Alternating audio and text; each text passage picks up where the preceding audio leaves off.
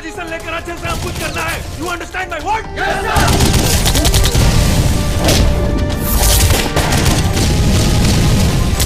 अगर सरहद पे मौत होगी तो देश कफन में तिरंगा देगा।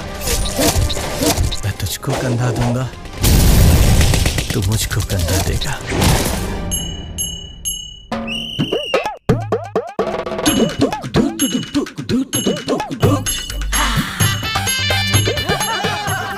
चुम्मा का ले ले बार-बार बे। अरे तो अब तो तोर मेरा रुआ चुम्मा ले ना। पक ढोल बजा के मस्त मगन महफिल में आके डोल।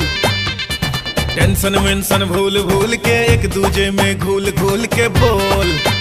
आज खुल के रोमांस करेंगे सुपर से ऊपर। अरे तोरा हुर के परिचय ही बियाह कहने के करत रे। तू घर जाके कौन नाटक शुरू कर दिले रे?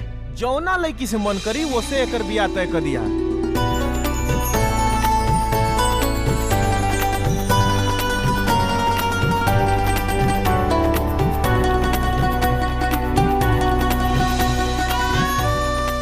कैसन बाड़ी भौजाई?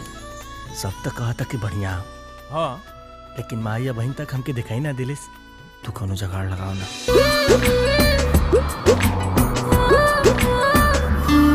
धन दिलवा जनी दुखावा छोड़ी ना, क्यों देखी चले में गोड़ भरत तुहार ना तो खटा खाए के मन करता। ना काहे कुल मेहनतिया डाल कर बुका। हमारे कोर देहिया ना छोर लागल बा। हमारे कोर देहिया ना छोर लागल बा। हमार मोहब्बत तो बस हिंदुस्तान पाकिस्तान के चक्कर में फंसल बा। पाकिस्तानी है का बे? ना बे हिंदुस्तानी है ये। ई एगो फौजी के प्यार है। इंशाल्लाह जान दे दे, लेकिन बदनाम ना होके दे। अरे धड़कन इतना बेकाबू काहे बा? भाग्या के फोन उठा लिया ना, यही से। लो जकड़ लेनी तोरा के। का भाई? अरे इतना जोर से थोड़े ना पकड़े के कहानियां। हाँ, दुख आ गए। और प्रीत के शरबत में मिश्री जस घुल गई नी सावरिया। जितना सुंदर दुल्हन रितसवा वास्ते खोजले बानी नु, तोरो वास्ते ऐसने सुंदर खोज दे बाबू।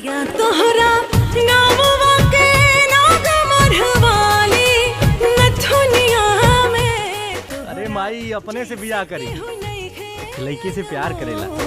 हे राजा पूरा हम कोनो लड़की से प्यार ना करे नहीं। काहे धोखा दे दिलस का?